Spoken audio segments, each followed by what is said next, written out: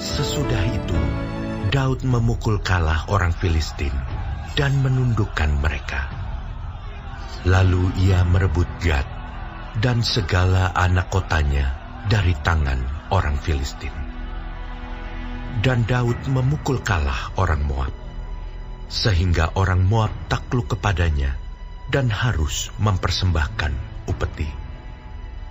Selanjutnya Daud memukul kalah Hadadezer, Raja Zoba, dekat Hamat.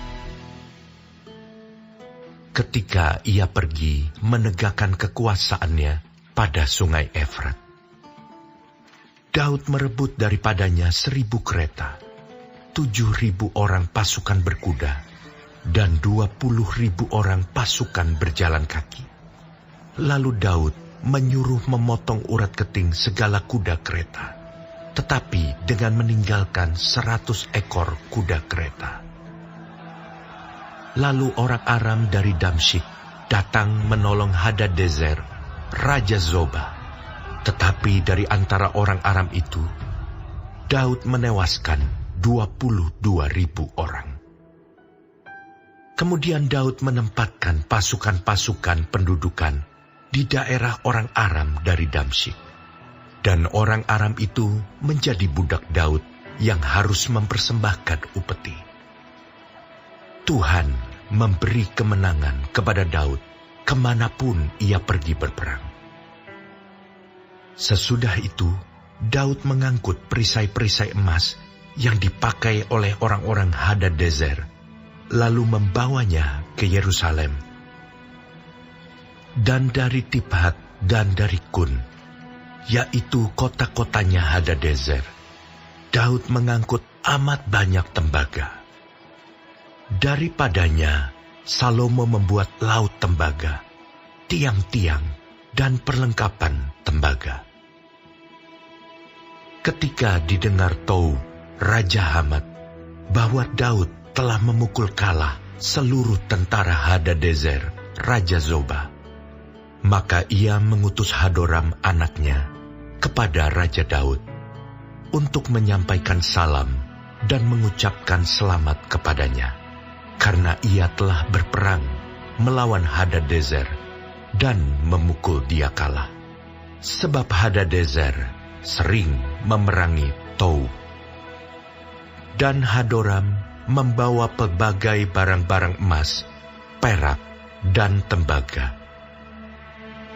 Juga barang-barang ini dikhususkan Raja Daud bagi Tuhan, bersama-sama perak dan emas yang diangkutnya dari segala bangsa, yakni dari orang-orang Edom, dari orang Moab, dari Bani Amon, dari orang Filistin, dan dari orang Amalek. Abisai anak Zeruya menewaskan 18.000 orang Edom di lembah Asin. Lalu ia menempatkan pasukan-pasukan pendudukan di Edom, sehingga seluruh Edom diperbudak oleh Daud. Tuhan memberi kemenangan kepada Daud, kemanapun ia pergi berperang.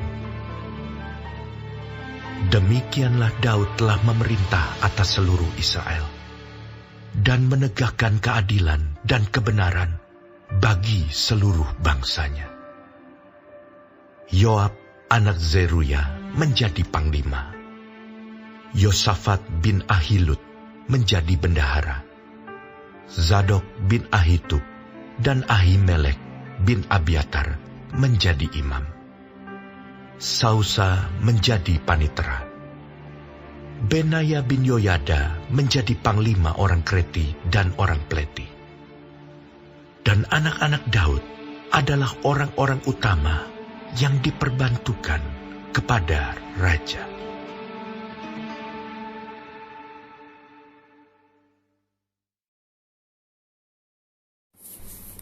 Shalom saudara-saudaraku yang kekasih di dalam Tuhan Yesus.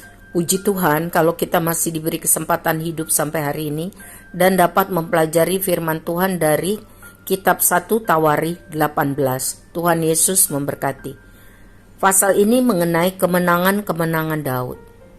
Pasal ini mengajarkan kita bahwa Tuhan menyertai Daud dalam segala usahanya memperluas wilayah kekuasaan.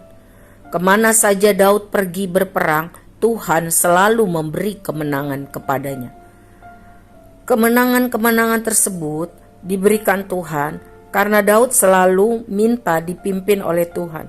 Sehingga pada masa pemerintahan Daud, Israel sungguh dapat mengalami masa kejayaan, meraih janji-janji Tuhan. Jadi kita harus hidup sesuai dengan kehendak Tuhan, mau diberi petunjuk oleh Tuhan, sehingga hidup kita bisa memuliakan Tuhan.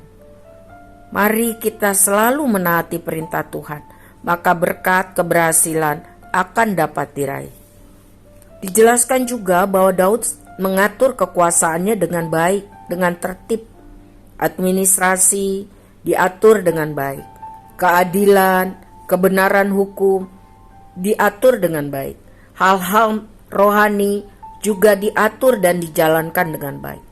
Daud juga mempersembahkan kekayaannya untuk persiapan pembangunan Bait Allah oleh anaknya nanti Salomo.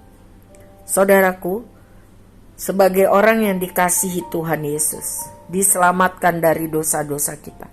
Selama kita masih diberi kesempatan hidup, kita harus melakukan yang baik, yang benar secara maksimal. Apapun situasinya, senang ataupun susah. Mari kita selalu minta hikmat dari Tuhan, karena Tuhanlah yang selalu dapat memberikan pertolongan. Lakukanlah yang terbaik bagi Tuhan dan sesama setiap hari. Amin. Tuhan Yesus memberkati.